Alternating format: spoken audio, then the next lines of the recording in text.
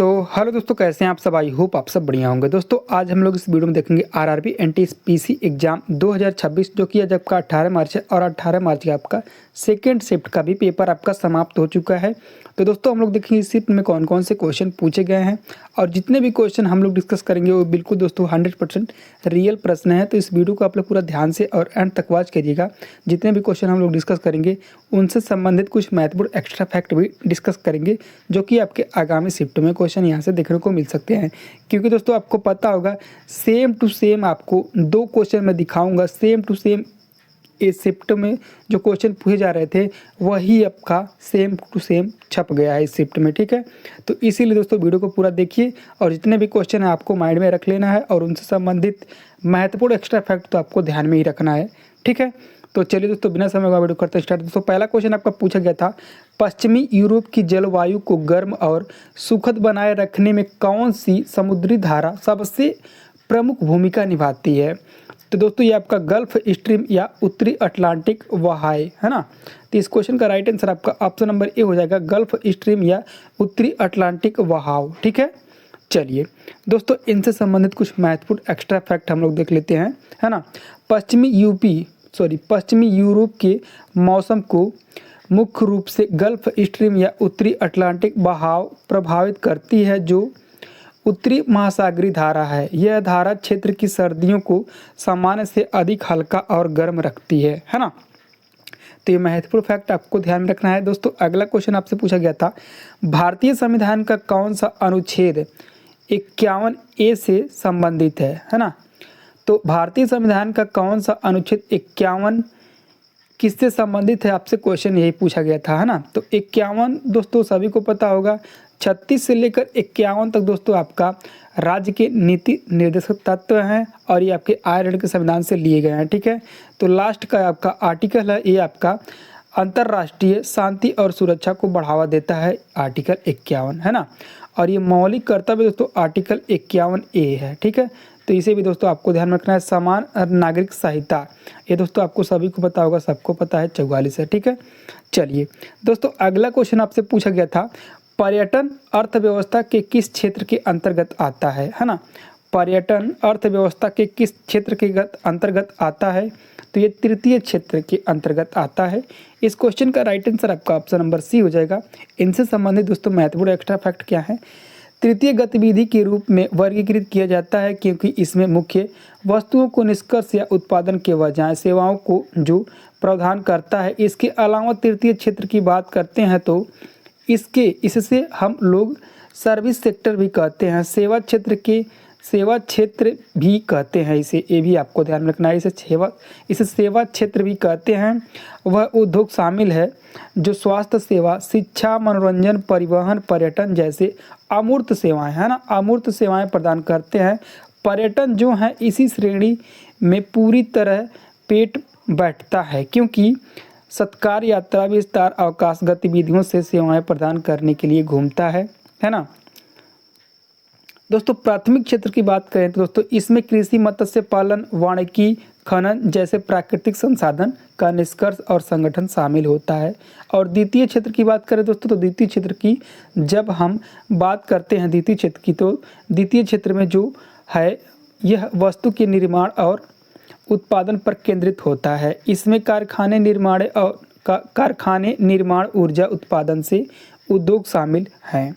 और वहीं तृतीय क्षेत्र की बात करें तो दोस्तों तृतीय क्षेत्र की बात करें तो पर्यटन, शिक्षा, बैंकिंग सेवा, स्वास्थ्य, उद्योग सहित व्यक्ति और व्यवस्थाओं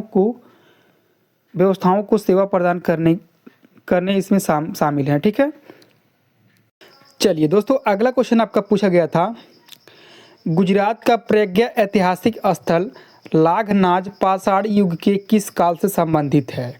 तो दोस्तों ये आपका किस काल से संबंधित है, तो ये आपका मध्य पाषाण काल से संबंधित है। इस क्वेश्चन का राइट आंसर आपका ऑप्शन नंबर डी हो जाएगा, मध्य पाषाण काल से संबंधित है ना, मध्य पाषाण काल से संबंधित है। ठीक है, चलिए दोस्तों अगला क्वेश्चन आपसे पूछा गया था, 11वें विश्व हरित अर्थव्यवस्था शिखर सम्मेलन यानी कि WGES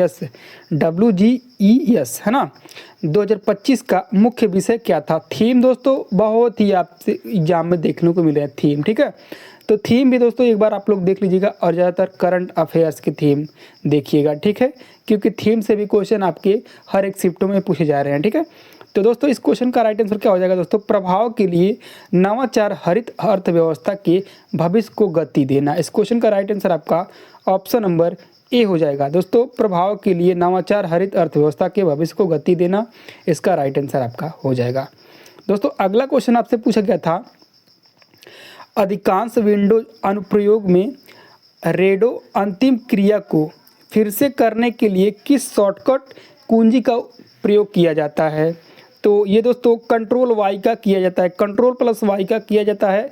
और यहाँ से भी क्वेश्चन दोस्तों कंप्यूटर से आपसे 1 से 2 क्वेश्चन हर एक शिफ्टों में देखने को मिल रहा है, ठीक है। तो कंप्यूटर भी एक बार आप लोग ध्यान से देख लीजिएगा, ठीक है, क्योंकि यहाँ से क्वेश्चन हर एक शिफ्टों में देखने को मिल रहा है, ठीक है। सॉरी, चलिए दोस्तों अगला क्वेश्चन देखने से पहले थोड़ा हम लोग डिस्कस कर लेते हैं इसे, महत्वपूर्ण फैक्ट है ना। कंट्रोल प्लस वाई का उपयोग उस क्रिया को फिर से करने या रीडो के लिए किया जाता है, जिससे पहले कंट्रोल प्लस जेड यानी कि अंडो का उपयोग करके पूर्वतः अनडन किया गया था, ठीक है। यह अंडू कमांड को उल्टा या उलट देता है, तो ये भी दोस्तों आपको ध्यान में रखना है, ठीक है। चलिए दोस्तों अगला क्वेश्चन आपसे पूछा गया था, भारतीय संविधान के अनुच्छेद 243 वाई के तहत राज्य वित्त आयोग के नगर पालिकाओं की वित्तीय स्थिति के संबंध में अपनी रिपोर्ट सिफारिश में किसे सौंपता है ना।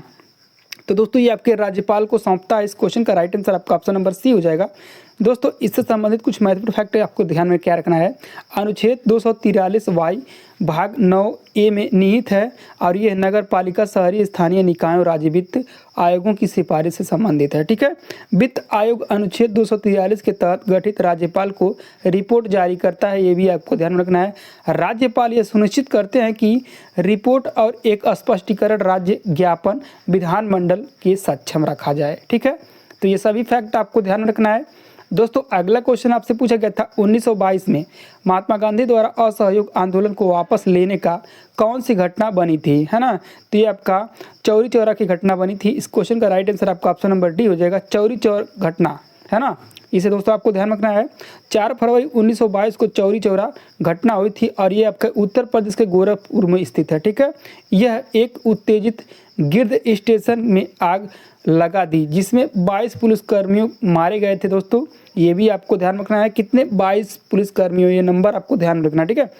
गांधी जी अहिंसा के प्रति प्रतिबद्ध थे। उनका मानना था कि लोग अहिंसा विद्रोह के लिए लोग तैयार नहीं थे और आंदोलन हिंसक हो गया, है ना। आंदोलन हिंसक हो गया था।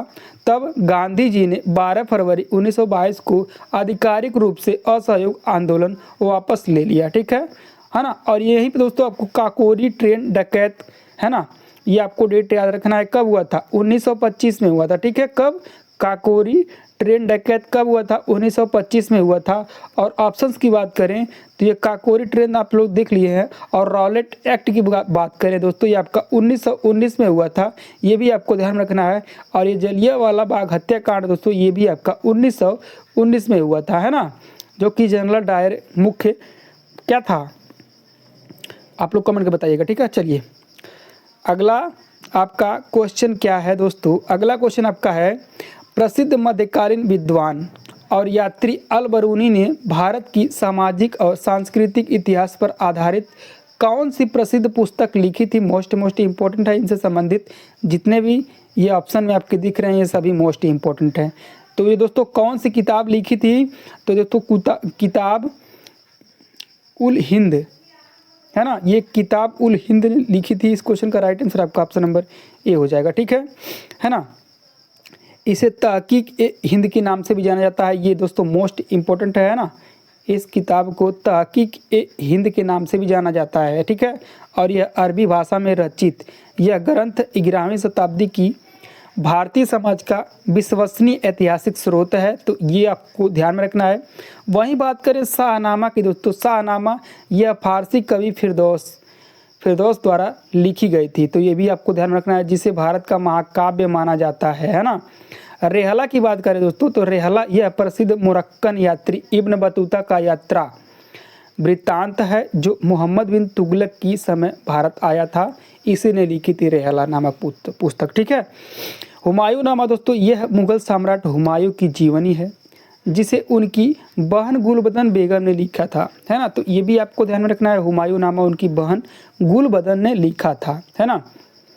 अगला दोस्तों आपका क्वेश्चन है, विश्व की लगभग 10% ज्ञात जैव विविधता किस नदी के बेसिन में पाई जाती है? तो दोस्तों अमेजन नदी के बेसिन में पाई जाती है। इस क्वेश्चन का राइट आंसर आपका ऑप्शन नंबर बी हो जाएगा दोस्तों। अगला क्वेश्चन दोस्तों आपसे पूछा गया था, अगला क्वेश्चन देखने से पहले थोड़ा, विश्व की लगभग 10% ज्ञात जैव विविधता अमेजन नदी के बेसिन में पाई जाती है, वही बात की गई है।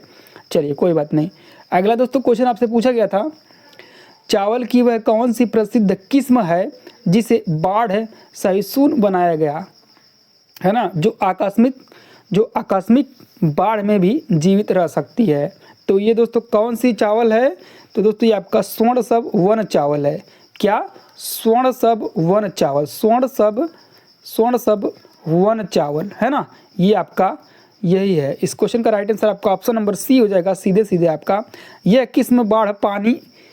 किस्म बाढ़ के पानी में पूरी तरह से डूबने के बाद भी दोस्तों 2 से 3 सप्ताह जीवित रह सकती है, यानी कि मान लीजिए 12 से 15 या 17 18 दिन रह सकती है। ठीक है। चलिए दोस्तों, इसे अंतर्राष्ट्रीय चावल अनुसंधान संस्थान और भारतीय कृषि अनुसंधान परिषद वैज्ञानिकों द्वारा पारंपरिक स्वर्ण किस्म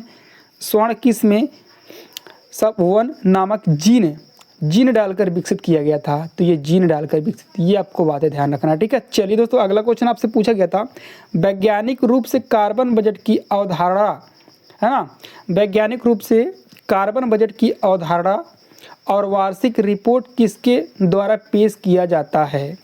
तो ये किसके द्वारा पेश किया जाता है? तो ये दोस्तों आपका ग्लोबल कार्बन प्रोजेक्ट के द्वारा पेश किया जाता है। इस क्वेश्चन का राइट आंसर आपका ऑप्शन नंबर डी हो जाएगा दोस्तों। अगला दोस्तों क्वेश्चन आपसे पूछा गया था, पश्चिम बंगाल में स्थित फरक्का टर्मिनल निम्नलिखित में से किस राष्ट्रीय जलमार्ग का एक महत्वपूर्ण हिस्सा है?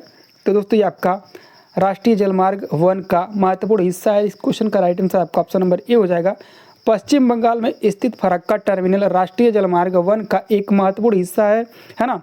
राष्ट्रीय जलमार्ग 1 गंगा नदी, भागीरथी नदी, हुगली नदी प्रणाली का हिस्सा है। ठीक है। जो प्रयागराज से हल्दिया तक कुल 1620 किलोमीटर तक विस्तृत यानी कि फैला हुआ है। ठीक है।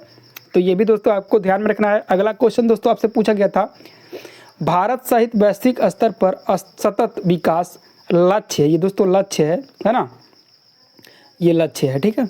लक्ष्य की शुरुआत किस वर्ष हुई थी? तो ये किस वर्ष हुई थी दोस्तों बताइएगा। तो दोस्तों पहले हम लोग इसे थोड़ा देख लेते हैं। ठीक है। क्योंकि ये ऑप्शन 15 भी हो सकता है, 16 भी हो सकता है। क्यों? मैं आपको बता रहा हूँ। सितंबर 2015 में संयुक्त राष्ट्र महासभा द्वारा अपनाया गया था। तो ये 2015 में अपनाया गया था, लेकिन इनकी कार्यान्वयन एवं अवधि 1 जनवरी 2016 से शुरू हुई थी, है ना। तो आप पे डिपेंड करता है, आपको मतलब आप पेपर देकर आए हैं तो क्वेश्चन क्या पूछा गया था, है ना। तो सितंबर 2025 में संयुक्त राष्ट्र महासभा द्वारा अपनाया गया था। तो ये अपनाया गया था, अगर जो पूछा गया होता तो दोस्तों इसका राइट आंसर 2015 हो जाएगा। और ये दोस्तों क्या, लेकिन इनकी कार्यान्वयन अवधि और 1 जनवरी 2016 से शुरू हुई थी। तो इसकी शुरुआत अगर जो पूछेगा तो दोस्तों 1 जनवरी 2016 से हुई थी, है ना। ये इन दोनों में राइट आंसर होगा। दोस्तों आप लोगों ने क्या टिक करके आया बताइएगा, कमेंट करके बताइए। ठीक है। 1193 से 1194 ईस्वी में दिल्ली में कुतुबुद्दीन ऐबक द्वारा किस प्रसिद्ध संरचना का निर्माण शुरू किया गया था, है ना। तो दोस्तों ये आपका कुवैत उल इस्लाम मस्जिद का निर्माण शुरू किया गया था, ये दिल्ली में है। तो इसका राइट आंसर आपका ऑप्शन नंबर सी हो जाएगा। दोस्तों इसे कुतुबुद्दीन ऐबक द्वारा बनाया गया था। भारत में निर्मित पहली मस्जिद मानी जाती है, मोस्ट इम्पोर्टेंट फैक्ट है ना। और यह कुतुब मीनार का निर्माण भी इसी काल में किया गया था। ठीक है। लेकिन मुख्य रूप से कुवैत उल इस्लाम मस्जिद का निर्माण 1192 से 1193 ईस्वी की दिन सबसे पहले किया गया था। ठीक है। तो ये दोस्तों आपको ध्यान रखना है। अगला दोस्तों क्वेश्चन आपसे पूछा गया था, केंद्रीय बजट 2025 से 26 के अनुसार बीमा क्षेत्र में प्रत्यक्ष विदेशी निवेश एफडीआई की सीमा 74% से बढ़कर कितना कर दिया गया है, बढ़ाकर कितना कर दिया गया था। और ये दोस्तों रिपीटेड क्वेश्चन है, क्या रिपीटेड क्वेश्चन है, रिपीटेड क्वेश्चन, ठीक है। ये रिपीटेड क्वेश्चन है दोस्तों, ये आपका कितना कर दिया गया था, ये 100% कर दिया गया था। इस क्वेश्चन का राइट आंसर आपका ऑप्शन नंबर डी हो जाएगा। दोस्तों भारतीय संविधान के अनुच्छेद 39A का मुख्य प्रावधान क्या है दोस्तों, ये भी रिपीटेड क्वेश्चन है। मैंने आपको पहले ही बताया था 2 रिपीटेड क्वेश्चन मिला है, ठीक है। तो ये भी रिपीटेड क्वेश्चन है, आपको सभी को पता होगा, ठीक है। तो इस क्वेश्चन का राइट आंसर क्या होगा दोस्तों, बताइएगा। सामान्य न्याय और मुफ्त कानूनी सहायता इसका राइट आंसर हो जाएगा। तो ऑप्शन नंबर ए आपका राइट हो जाएगा। दोस्तों अगला क्वेश्चन आपसे पूछा गया था 1947 में स्वतंत्रता प्राप्त करने के बाद 1948 में पहली बार राष्ट्रीय खेलों का आयोजन भारत के किस शहर में किया गया था। तो ये दोस्तों आपके उत्तर प्रदेश की राजधानी लखनऊ में किया गया था। इस क्वेश्चन का राइट आंसर आपका ऑप्शन नंबर बी हो जाएगा। उत्तर प्रदेश की राजधानी लखनऊ में किया गया था। आज़ादी की बात आज़ादी के बाद है दोस्तों ये, हाँ, भारत के पहले राष्ट्रीय खेल है ना, जो भारत के पहले राष्ट्रीय खेल पहले भारतीय ओलंपिक के नाम से जाना जाता था, है ना। वर्ष 1948 में उत्तर प्रदेश की राजधानी लखनऊ में आयोजित किए गए थे, है ना। इन खेलों की शुरुआत 1924 में लाहौर अविभाजित भारत में हुई थी, लेकिन 1940 में मुंबई का नवा संस्करण से इनका नाम बदलकर राष्ट्रीय खेल कर दिया गया था। तो ये दोस्तों आपको ध्यान रखना है ना, 1940 में मुंबई का नवा संस्करण, ठीक है। अगला दोस्तों क्वेश्चन आपसे पूछा गया था, अल्लूरी सीताराम राजू के नेतृत्व में हुए रंपा विद्रोह 1922 से 24 के संबंध में निम्नलिखित में से कौन सा कथन गलत है। गलत आपको बताना है, ध्यान रखना है, गलत आपको बताना है। तो दोस्तों यह विद्रोह मद्रास प्रेसिडेंसी के गोदावरी जिले में हुआ था, ये सही है ना। यह 1882 की मद्रास व अधिनियम के विरोध में था, ये भी सही है। यह विद्रोह महाराष्ट्र के क्षेत्र में केंद्रित था, तो ये गलत है दोस्तों, यही आपका राइट आंसर हो जाएगा, है ना। तो इसका राइट आंसर आपका ऑप्शन नंबर सी हो जाएगा, ठीक है। चलिए दोस्तों, तुर्की में स्थित गोबेकली टेपे के प्रसिद्ध टी आकार के स्तंभ किस ऐतिहासिक काल से संबंधित हैं। तो ये आपके नवपाषाण काल से संबंधित हैं। इस क्वेश्चन का राइट आंसर आपका ऑप्शन नंबर डी हो जाएगा, ठीक है।